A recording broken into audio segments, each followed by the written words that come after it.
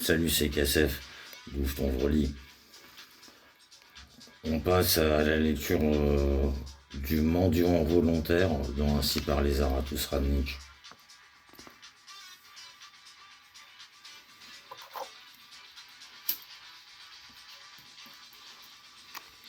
Quand Zarathustra eut quitté l'homme le plus laid, il eut froid et il se sentit seul.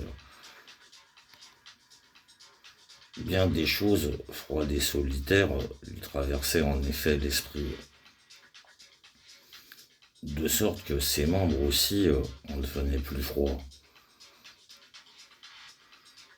Mais pendant qu'il allait toujours plus loin, montant, descendant, passant tantôt le long de vertes prairies, tantôt sur des terrains pierreux et sauvages où jadis sûrement un ruisseau impérieux avait fait son lit. Alors tout à coup, euh, alors tout à coup, il eut plus chaud et son cœur fut réconforté.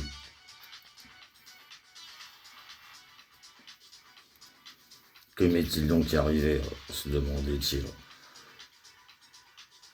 Quelque chose de chaud et de vivant me réconforte. Cela se trouve sûrement à proximité.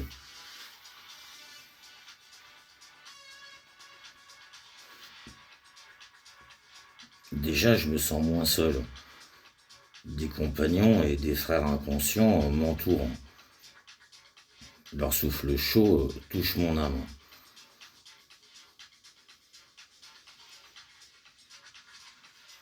Mais comme il regarda attentivement autour de lui et cherchait des yeux les consolateurs de sa solitude, voyez, c'étaient des vaches qui se tenaient l'une près de l'autre sur sur un petit monticule.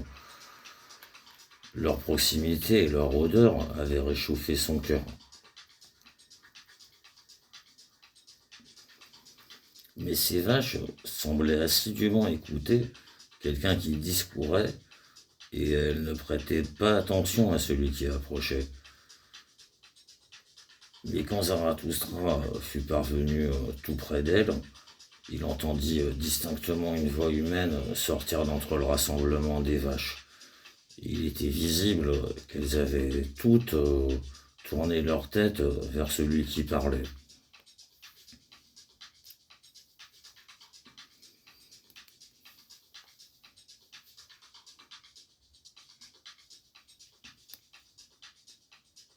Alors Zarathustra, alors Zarathustra monta à grands pas et dispersa les animaux, car il craignait qu'un malheur fût arrivé à quelqu'un à qui la pitié des vaches pouvait difficilement remédier. Mais en cela, il s'était trompé. Car, voyez, un homme était assis sur le sol, il semblait tenir un discours à ses bêtes pour les convaincre de ne pas avoir peur de lui. Un homme pacifique et un prédicateur de la montagne dont le regard, dans le regard duquel, dans le regard duquel la bonté elle-même prêchait.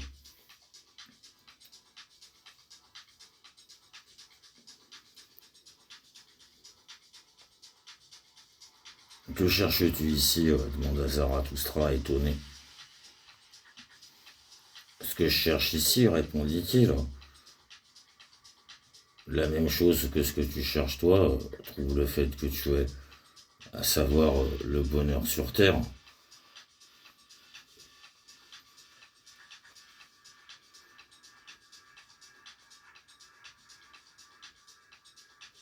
Mais pour cela, j'aimerais apprendre de ces vaches, car le sais-tu bien, depuis une demi-matinée déjà, je leur parlais, et justement, elles étaient sur le point de me renseigner.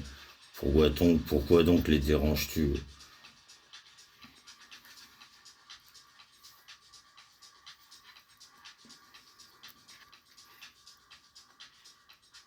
Aussi longtemps que nous ne rebrousserons pas chemin et que nous ne deviendrons pas tels que ces vaches, nous n'entrerons pas au royaume des cieux.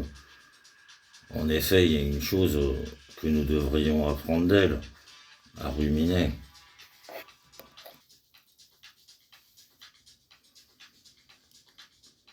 Et en vérité, l'homme gagnerait-il le monde s'il n'apprenait pas cette seule chose, ruminer? Qu'est-ce que ça lui ferait? Il ne se débarrasserait pas de son affliction.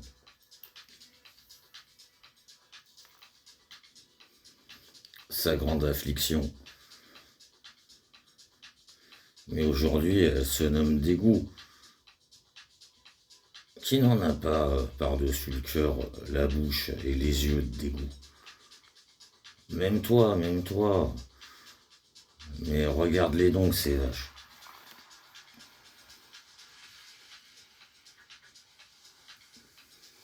Ainsi parlait le prédicateur sur la montagne.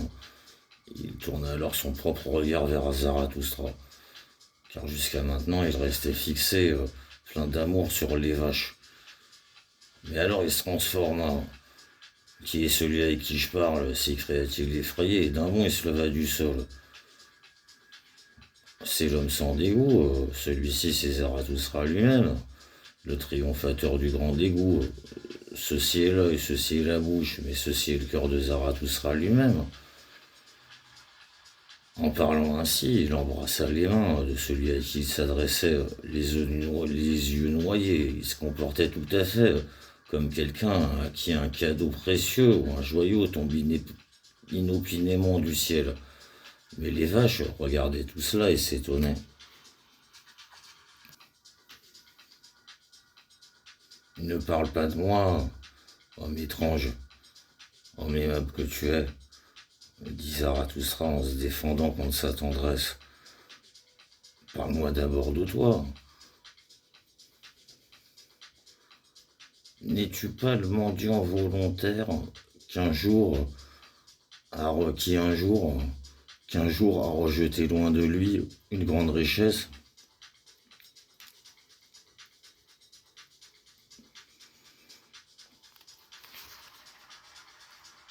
Qui eut honte de sa richesse et des riches, et qui s'enfuit vers les plus pauvres pour leur faire don de son trop-plein de son cœur.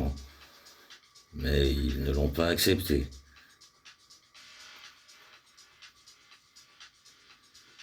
Mais ils ne m'acceptèrent pas, dit le mendiant volontaire. Tu le sais bien. Aussi suis-je allé, en fin de compte, auprès des animaux et auprès de ces vaches.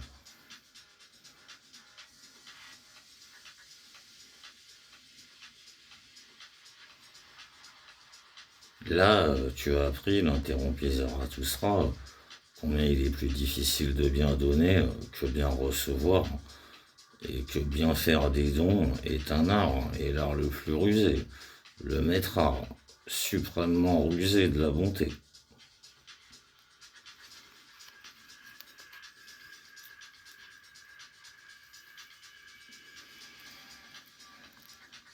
Surtout aujourd'hui, répondit le mendiant volontaire.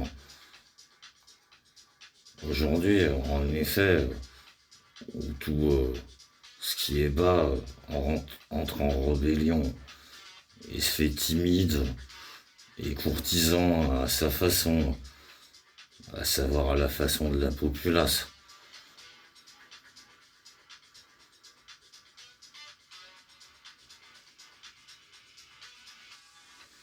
Car l'heure est venue, tu le sais bien, de la grande, de la terrible, de la lente, de la longue insurrection de la populace et des esclaves.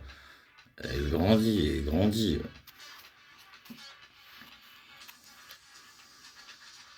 Maintenant, tout bien fait, tout petit don, indigne ceux qui sont bas. Et il faut que ceux qui sont trop riches soient sur leur garde. Celui qui s'égoutte aujourd'hui, pareil à des bouteilles ventrues par des cols trop étroits. À telle bouteille, on aime aujourd'hui briser le col.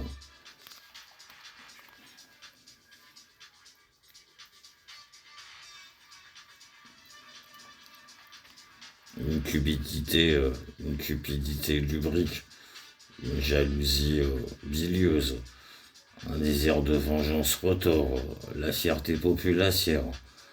Tout cela me sauta au visage. Il n'est plus vrai que les pauvres soient heureux, mais le royaume des riches, pardon, le royaume des cieux, mais le royaume des cieux est parmi les vaches. Et pourquoi n'est-il pas auprès des riches demanda Zarathustra pour l'éprouver, pendant qu'il éloignait les vaches qui familièrement soufflaient à la figure de ce débonnaire. Qu'as-tu à me tenter répondit celui-ci. Tu le sais toi-même encore mieux que moi. Qu'est-ce qui m'a poussé vers les pauvres, Zarathustra? N'était-ce pas le dégoût de nos plus riches? Le dégoût des forçats de la richesse qui ramassent leur avantage dans les moindres balayures, les yeux froids et les pensées pleines de lubricité. Le dégoût de cette canaille dont la puanteur s'élève jusqu'au ciel. Le dégoût de cette populace couverte de dorures falsifiées, dont les pères furent des voleurs aux doigts crochus, des charognards ou des chiffonniers, complaisants aux femmes, lubriques, oublieux. De à la putain, il n'y a pas loin.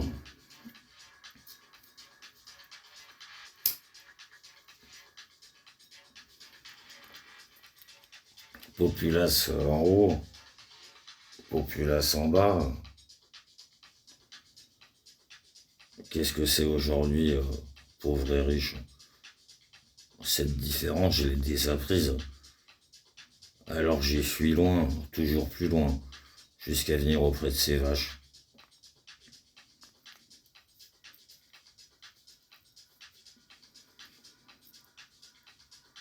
Ainsi parlait le débonnaire, et il se mit lui-même à souffler et à transpirer en disant ces mots, de sorte qu'à nouveau les vaches furent frappées d'étonnement.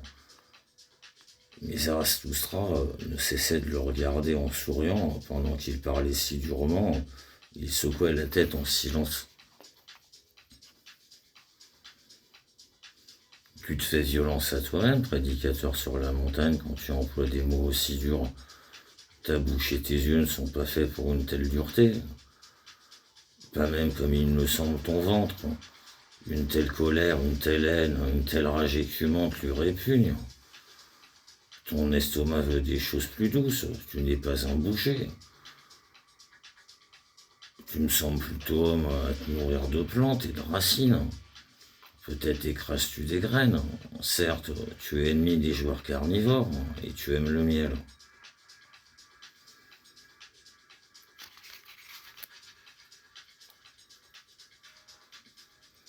Tu m'as bien deviné, répondit le mendiant volontaire, le cœur soulagé. J'aime le miel. Et j'écrase aussi des graines, car je cherchais ce qui a bon goût et qui rend la laine pure.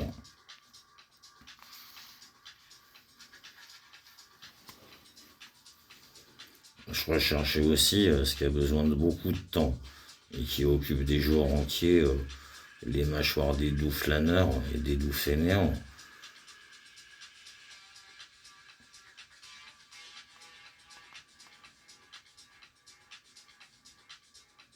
Ce sont certes ces vaches qui sont allées le plus loin. Elles ont inventé de ruminer et de rester couchées au soleil. Aussi s'abstiennent-elles de toutes les pensées pesantes qui gonflent le cœur. Allons, dit Zarathustra, tu devrais voir aussi mes animaux, mon aigle et mon serpent. Ils n'ont pas leur pareil aujourd'hui sur terre.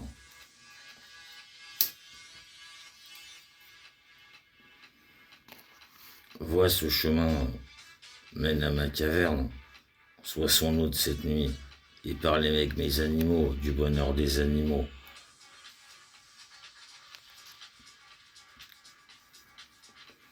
Jusqu'à ce que je revienne moi-même, car maintenant un cri de détresse m'appelle et me sépare en hâte de toi. Tu trouveras aussi du miel frais chez moi, du miel d'alvéole, doré et glacé. Mange-le.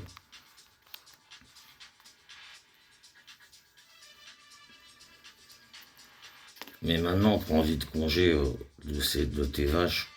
Mais maintenant, prends vite congé de tes vaches, homme étrange, homme aimable que tu es. Même si tu dois trouver cela dur, car ce sont tes amis et tes maîtres les plus chauds. À l'exception d'un seul, que j'aime encore plus, répondit le mendiant volontaire. Toi-même tu es bon, et meilleur encore qu'une vache, aux Zarathustra. Va-t'en, dit le flatteur, cria Zarathustra, plein de colère. Que me gâtes-tu de telles louanges et d'un tel miel de la flatterie? Va-t'en, éloigne-toi de moi, cria-t-il. Encore une fois, il brandit son bâton en direction du tendre mendiant, mais celui-ci prit ses jambes à son cou.